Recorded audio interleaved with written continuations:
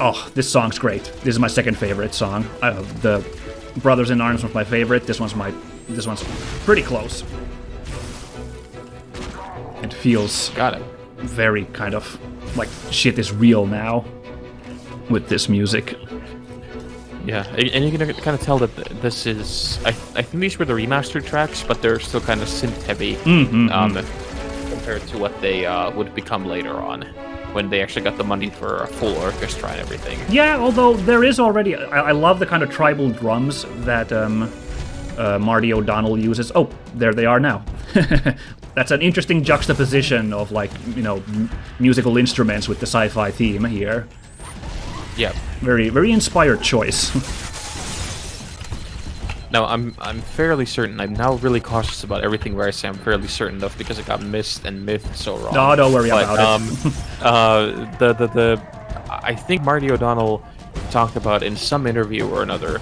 He talked about the fact that he had like 2 days, 3 days time to write the theme for Halo. Oh, interesting.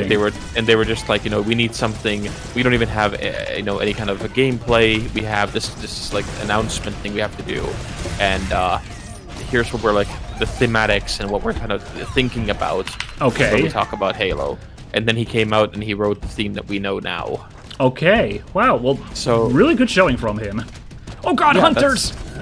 Yeah, he killed me. Okay. Oh, he got me too. Oh no. All right, let's give that another go. Yeah, I hear I hear stories about that all the time, about these classic works that have actually been like super rushed in like super tight deadlines, and weird how that happens. Yeah. Oh, there's a suicide bomber. Got me. Oh, I see. That's why it's so crazy in here. All right, I'll just back off. Maybe I can back off and you can spawn? Yep, I'm back. Like, the other famous one I know is the famous movie poster for John Carpenter's The Thing. That guy with the glowy head. You know yes. The one? Like, that was like... that was also... fan. Yeah, that was also like... the artist was told that we're making a remake of The Thing, but we have no details about what it's like, so can you make something with that in, like, 24 hours? And he was like... Okay. Well, luckily they called Drew, because Drew is one of the legendary movie poster. Right, that's artists. the guy. Yeah. So yeah, he's a favorite for many, including myself. I love all his works. Oh yeah, no, that is so evocative. The Thing poster, definitely. Yep. But just imagine, like, all you're told is that super old movie, Thing from Another World. We're making a remake of it, but we can't tell you anything about what the remake is like. Now, please make something with that concept. And like, yes. It just banged out perfectly. He's like, here, you fix this. Yeah. But yeah, no, it's also the other one that I remember hearing is the theme for Skyrim. Oh. Is that they apparently told the composer like very, very little, and they were like, well, you know, we don't really have much, and we really need you to write us something, because we're going to be showing the first teasers and all that, which was just like text and you know, the promise of a new Elder Scrolls game. Yeah, and, the Max von Sydow narration teaser. I remember that. Yeah, and then like he came back and he had like written all these lyrics and everything for it. Okay. See, I was gonna say he had a fairly easy time in that. You know, Elder Scrolls already had an established leitmotif, the main theme. So like he just had, basically his job was to make a Skyrim version of that. But okay, right. Yeah, going above and beyond, and you went for a fast there was way. a hole in the. Yeah, there was a hole in the elevator. That didn't sound too good. Yeah, this is not an OSHA compliant work environment. Alien environments rarely are. Weird that. Yeah.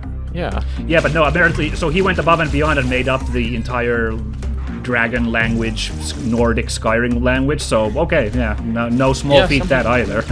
Yeah, something like that. I remember because there was in one of the when Bethesda still very actively shared making of videos, because they've kind of closed themselves off now because the fan reception for everything has been very toxic.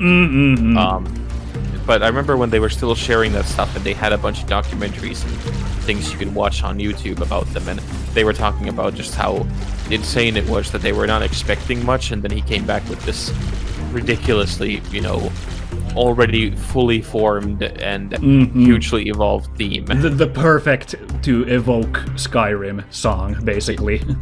Right. Yeah. Good job, composers. Yep. I should also say about Mr. O'Donnell's work, because I got this fact wrong. Not on show, thankfully, so I don't have to apologize too much, but I was mistaken about the rupture of his relationships with Bungie, because I thought it was a simple case of, him being... He was kind of the home composer for Bungie. Like, before Halo, they had a relationship where he did music for Bungie's games.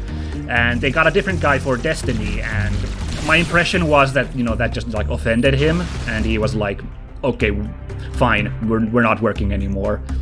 But I actually read up on more, and that actually was kind of a dirty deal from Bungie. He actually was making music for Destiny for a while, but then Bungie basically stiffed him on the job and got a new person. And I don't think they paid him for all of the work he had done either by that point. So yeah, I totally get that Mr. O'Donnell left on less amicable terms after that happened. From what I understand, the entire development of Destiny, the first one, was such a mess. Just in every way, just went wrong. And they managed to burn bridges with Peter Dinklage, who was the original voice for Ghost. Right, and, the little floaty guy, the robot dude. Yeah, and they managed to just really lose out a lot on their core team and their core stuff they were, working with. Yeah, and it's such a shame because I feel like the first Destiny is really not worth it. yeah, it's Destiny 2 was basically, we're making Destiny again, and properly, wasn't it? Yeah, I think we just went back. Yeah, let's this alien architecture, it's messing with my mind. Yeah. This, Halo's supposed to be itself is supposed to be this larger than life place. So while it's annoying, I can kind of accept that it's this weird place with this weird architecture and such everything, because it's beyond mortal ken to some extent. But that ship we were on in level 3, that's supposed to be a ship that the Covenant live on, and it's impossible for me to imagine what day-to-day life is like for the Covenant on that ship, when it's not being invaded by Master Chief, because it's just a bunch of corridors. What is life like for the Covenant on that place? I don't get it. One of the little grunts is just trying to make his way to the cantina on his break, and he's just like, for the love of God, I've been stuck in these hallways for 3 weeks. Basically, yeah. My break ended. My shift ended months ago. Okay, this door's different. I think I found the way. Oof. Oh, okay. God damn. Yeah, and what is a cantina like for the Covenant? Because there's no rooms that are rooms there that give you any idea of what how anything works in their society. Right. Now I realize that the Covenant are they're religious extremists, they're hierarchical, they're they probably don't have fun juice bars with cute decorations and everything. I understand the plain architecture, but it feels completely empty, life in their places. Oi! Right. Grounded ghost. Nice. Yup. But yeah, we could go on and on throughout the whole series about just that fact. It's just a fact of this series, unfortunately, that the first game, the architecture is not for, the game is trying to be very immersive and plot heavy, and that's where it shoots itself in its own foot with the lack of so thereof with the architecture, Oh God! Yeah. That Wraith got me. Oh, it got me too. You got clipped. Oh dear. Yeah. Oh, that was a Marine riding that ghost. I like his moxie. Oh, these guys are alive. Yeah, sorry, you were saying still. No, I was agreeing with you that because they hadn't done the mythology yet. They hadn't kind of decided on who is what is Halo, what is even Master Chief. Yeah. He's So I don't know if they even knew why he was called Master Chief then yet. Maybe they just thought it sounded cool. I mean, it does sound cool, but yeah, like it was very much a marine shooting at aliens kind of thing. Yeah, although they came out with the books fairly quickly. I think at least 2 books were out before Halo 2 came out. Maybe even the third one. Oh, okay. I thought those were like well after that, like around the time Reach and Halo 3 came out. No, there were definitely because, okay, time for me to nerd out again. I had the first 3 books. Oh, okay. At the time, when I was a young wee lad, like the concept of books based on video games was so novel. I was like, I gotta have all 3 of the Halo books. And that was definitely around my junior high time, so Halo 2 was out, but not 3 yet, so... Okay. And, yeah, there was already some myth building there, at least in the first book. The first book is really good, my quick book review here. The first book is a prequel. It's about, like, how the Master Chief became the Master Chief, and what happened in Reach, like, all of that stuff. And that's a really good book. It's not deep, but it's like a serviceable military sci-fi book. I recommend it. Okay. The second book is just a novelization of the game, and it's okay, but I don't think it's that great because it's a novelization of a game. So, nah. Right. And the third book was written by the guy who wrote the first book, so I was like, well, this is gonna be awesome, and I thought it was really awful. Oh, okay. It was a book that was like, what happened between... Oh god, this Wraith got us again. Yeah, because I was trying to jump on it and put the grenade in it, but it turns out that you can't, apparently. I don't think they have that. You definitely couldn't do that in the original, and I guess you can't do it in the remastered version. We're just gonna have to blow up this bad boy. Oh, well then I'm gonna grab this bazooka from here. That's probably the smart move. Ooh, barely dodged the ghost. Yeah, the third book is like it's like between Halo 1 and 2, like what Master Chief did to get back home. And it has really absurd scenarios that I just wasn't super into at all. Okay. And it didn't really click with me at all, and I'm really confused because it was written by the same guy as the first book, but nah. Maybe it was because maybe he had to be mandated, like you have to make it like this so that it fits with Halo 2 or something, but yeah, I'm in general not a fan of any books or movies that explain how things that you liked happened. Yeah, because it's rarely as good as what you imagine, right? Right, and it's usually unnecessary. Like I will put the caveat right there because apparently I'm sure somebody's going to be going like, well, what about this? Haha, you're wrong. And like, yes, Rogue One I like a lot, but Rogue One works because Rogue One is only about the Death Star plans for like a hot minute. Yeah. And everything else about it is expanding the world, and it works great that way. Did you spawn back yet? I did not know. Interesting. I'm really far away from the enemies. Hold on, let me jump out of the ghost. Still not happening? Nope. Oh, you are still in combat. That's weird. Let me just clear some of these fellas. See if it'll help. Because I thought it was distance. For example, and Reach is the other one that is something I'll give a pass to, because Reach really told a nice story about the last Spartans, and it felt like that it was actually worthwhile to see the whole tragedy and the fall of the planet. Yeah. That's a really good prequel. Yeah, there's fine prequels, and there's fine, like, these kind of things. But, yeah, like, yeah, definitely, I don't think a lot of times you don't need...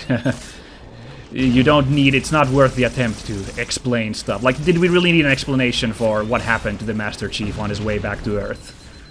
Not really. You could have just said that, he was evac'd and taken back home, and there it is, Right.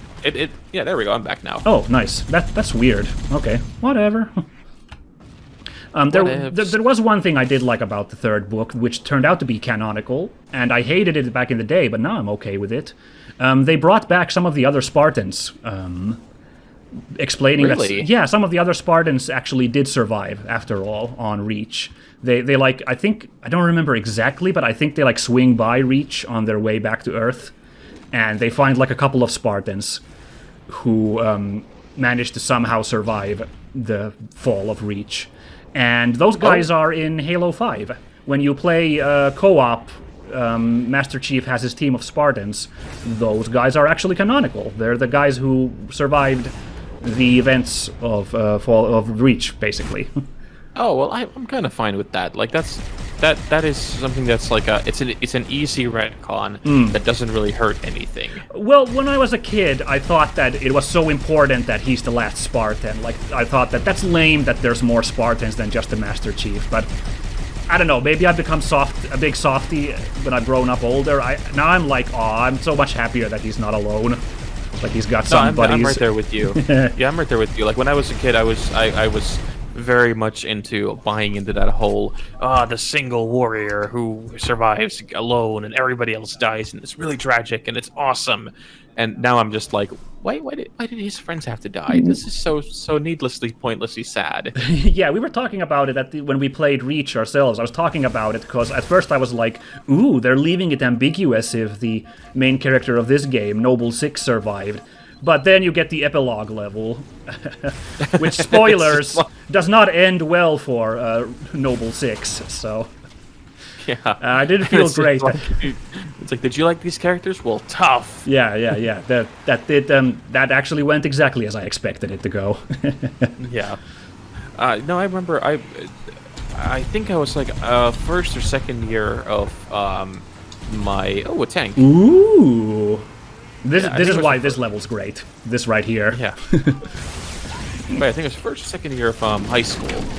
I was working for a production company doing like just production assistant jobs, trying to kind of learn the ropes of everything. Right. And one of the things that I was doing is that I got to sit in a bunch of production meetings to hear people come in and pitch short films and TV series and stuff that they wanted to make and needed money for it. And one of the producers there gave me this note because I kept bringing stuff that, of course, my teenage mind was like, this is so sick, it's so dark and sad and all that. And they came back and said that the easiest thing you can write is tragedy. Right. Because things only have to get worse. That's like as long a good point. Yeah. Yeah, and I remember that stuck with me because after that I started like reading it, and in a typical teenager fashion, like I read them and I'm like, I'm done with tragedy. Tragedy's stupid. How very impressionable of you. Exactly. So it was like a 180 turn, and then it was like everything has to be happy forever. And now I think years later there's a happy balance of like right. You can have everything. But it's something that I still kind of remind myself every once in a while when I'm watching or reading something, is that like if it's pointlessly tragic, I will usually kind of find it lazy. But like with Reach, I don't think it was pointless, and I think it's nice to know now that the characters in the later Halo games are actually something that they've thought out, and they're not just something that shows up and goes like, hey, it's me, your cousin. Yeah, basically. I don't know how well it's implemented in Halo 5 because I haven't played it, so I don't know if like Master Chief's team gets to like do anything in the story, but like, or is it just another like, here's this excuse for co-op. But the thought is nice. That's what I take away from that.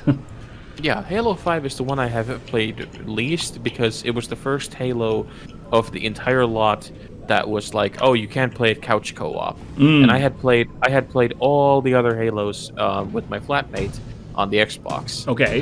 Right. Split screen. And that was like the best thing. 'Cause a new Halo would come out, we would go to the midnight launch, we would go and get ourselves a lot of food and lots of drinks, and then we would play until the morning. Right, I get that. And it was like over a decade. It was like our ritual to do that. Yeah, that is very unfortunate.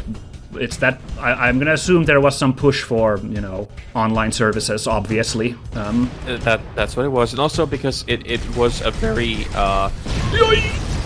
I'm sorry. I think I just shot you. That's quite all right. Don't worry. I was driving an enemy vehicle. Right, I'm gonna run away, get you back. There we go. But yeah, I remember they were like. Can I take the tank for a spin for a bit? Yeah, go for it. I'm clearly not to be trusted. Oh, don't worry about it. I just want to show off for the guys viewing how this goes, our viewers, a little bit of tank gameplay. So, but yeah, you were all excited for co-op on the couch. And yeah, but I think after all the hoopla about the Xbox being so powerful and stuff, that they just had to admit that it's not powerful enough to run this game. Yeah, good point. In split screen. Which always felt bizarre to me, because like a lot of their other games ran at like 720p resolution and ran fine. I didn't understand why they couldn't just not force that kind of high resolution on it and just admit it that we're gonna run on low resolution, but it's okay. You'll get to play with friends. Yeah, but that would have been the nicer one. But there's so much going into this, obviously, in their decision making, and it's unfortunate. Hopefully, we will get the PC version at some point. Apparently, we are not. Really? I went and asked around about this, and a couple of people who are much more in the know than I am said that apparently Halo 5 is gonna be probably retconned out of existence. Oh no, I'm sorry. Did I just squish you? I think you may have, but that's okay. I was kind of jumping all over the place. That's fine. Yeah, I'm trying to get a line on these enemies. So Halo 5 is being retconned. That's the word on the street right now, because it seems like that Halo 5 was not particularly well liked. I do remember that it was not well received, or at least it didn't cause a splash. I do remember that much. Right, and this is not official information, right? This is like the word through the grapevine from a couple of guys I know who know more people than I do and have been reliable in the past. And they both have said that there's been a lot of talk that because of how the plot is going, because they want to make it more of the Master Chief story and all that they're gonna just kind of ignore Halo 5, and because Halo 5 was not done by Bungie, and Bungie's the one that has the good relationship with Microsoft. And because it's a reasonably new game, there's no reason just to do a lot of remastering on it, that they're just kind of not going to include it in the Master Chief collection. Okay, well, I kind of would have liked to have played it regardless, even if it's non-canonical, just to see what it was about, but okay then.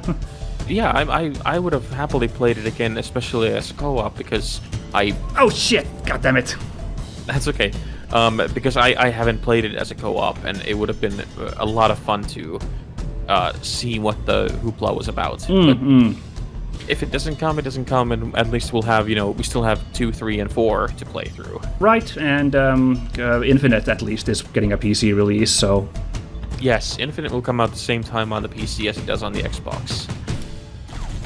Okay, here we go. Yeah, so I haven't talked about the tank too much. You have 4 seats on it for passengers, as Joonatan just demonstrated, but they don't have much to do on the tank. I don't think this one does not have the, forward machine gun yet. Later Halos, you have, a sub-gun there for the passenger, but this one, it's actually operated by me here. But there's a small timer with the main cannon. It's those 4 blips you see there filling up. And the cannon's very, very good. It beats, I think, everything but the Wraith in a single shot. So this is this big taste of power moment in this game, is where we get to drive around in the big old Scorpion. I think they're gonna drop us a Wraith. Oh lord. Okay. Yeah. Oh, I think there's a couple of them in this huge canyon, because there's a big fight room. This place right here. Yeah. Oh no, they're trying to get in. No! Come on. Oh, there we go. Don't shoot the friendly ghost. Okay, good. Did not shoot the friendly ghost. I'd say this level is the second best level of the game. If the last one was the best one. Because I think this one is just overall just the most even level, and you get good variance in concepts with tank segments and running around with other vehicles. You got these tight corridors. You got human allies at parts. It feels like all of the Halo concepts come together in this one level. So that's why I think this is a pretty good showcase of the game. Yeah, this is not bad. And I remember even way back when I played on the original Xbox that let's switch to the original graphics. Yeah, this one actually looked pretty nice for its time because there's a sense of scale, it's nice and light. The snowy level is a nice change of pace from what we've seen so far. Yeah, so all that is bueno. Well done, Bungie. Yeah, pretty good stuff. So good that this is one of the levels that we're going to be doing again later on, but oh, right. This is the one I'd say that it's not that bad. You do some different stuff from your first go when we do this again that makes it at least palatable, I'd say. Come on. Gotcha! Shot that bird out of the sky. I wonder, I think it was in this one that you couldn't hijack those yet. On the PC version you could. I remember doing that when I played this back. So I'm going to imagine in this remastered version. Oh, well, hijack. I don't know hijack, but I mean if there's a Banshee on the ground unattended, I think you can grab that. Yeah, sorry, I don't think you can, I don't think you can take any vehicles that are being piloted. You have to kill the pilot first. Okay. In this one, is my vibe. Oh gosh, do we have to give up the tank already? No. I don't think so. I think this is just oh, there's a guy with a sword here. Well, you know what? I'll let you drive the tank again after this point. I'll help you out in here, and you can grab the tank again for a spin. Oh boy. I kind of wish they dropped 2 tanks for co-op, but I guess it would have made this trivial. Yeah, maybe a little bit overkill. Yeah, it looks like this was just a weird little station in the middle. Okay. Okay. Oh well. Well, I will grab a ghost, and you can take the Scorpion. I left it at the other door.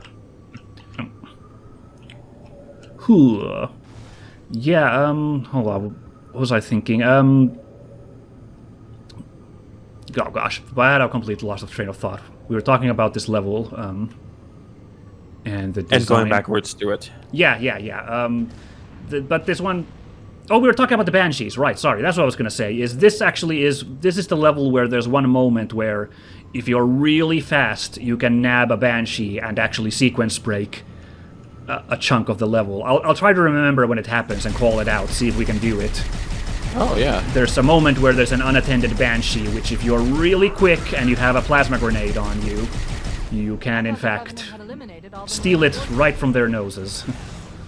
Oh boy. Oh boy. Oh, those are Marines. Okay, let's not shoot them. Hey, fellas. Oh god, did you drop the tank just now? I fell out of the tank and the tank dropped on me. I see. Well, there you go. Tank's back up. You're not respawned yet. No, but you should probably take the tank because clearly you are much more responsible with it. I don't know. I made you into roadkill like 3 times by now. Yeah, I'm not allowed to take the tank to prom. Okay.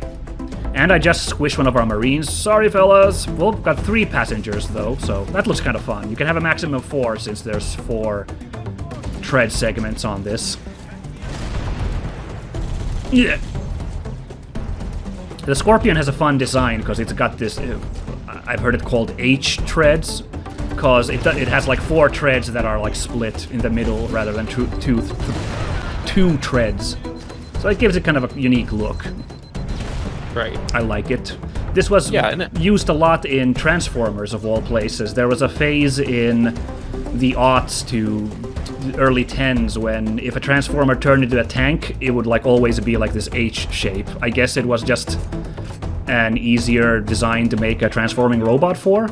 I don't know what the deal there was, but yeah, there were a lot of these kind of looking toys that era. Okay, looks like our tank ride's over, because it's not getting through these pylons. Well, that's fine. Like I said, this level has good variance. That's why I think this is a pretty good level. Oh yeah, it's way more engaging than the horrible alien ship level. Yeah. I mean, there's no... Well, there's some corridors once in a while, but... Yeah.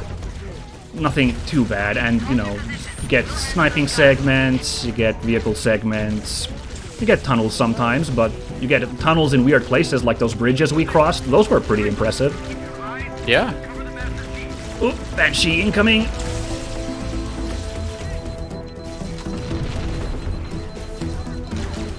Ooh, shit, ghost is coming for you. 2 ghosts. Man, where'd all these guys come from? Oh, shit. Okay. I did a good bullfight with this ghost, but in the end, the ghost won. Yeah, kind of like that. Yeah. I was too busy checking out what I could do with the Banshee. Ah, right. Very good.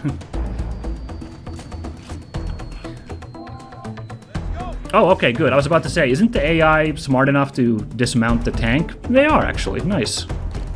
Yeah. Oh, pistol. Ooh, and there's a rocket launcher here again.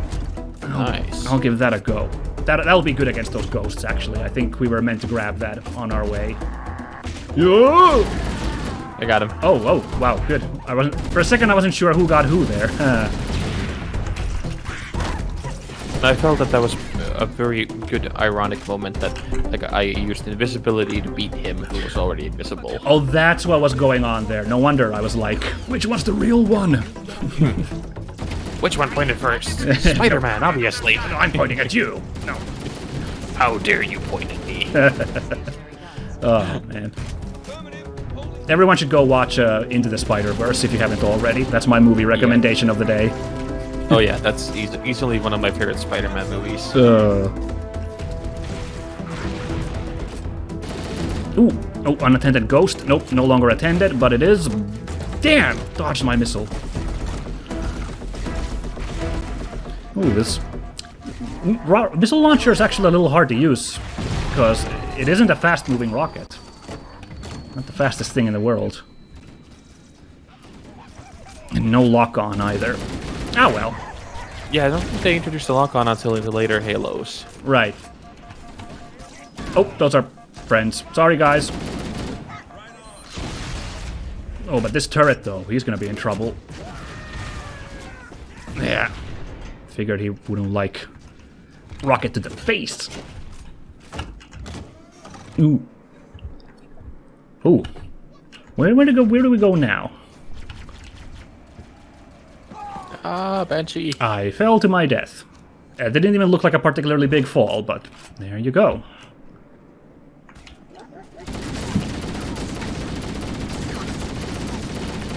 Jesus, these elites. Kind of bullet spongy.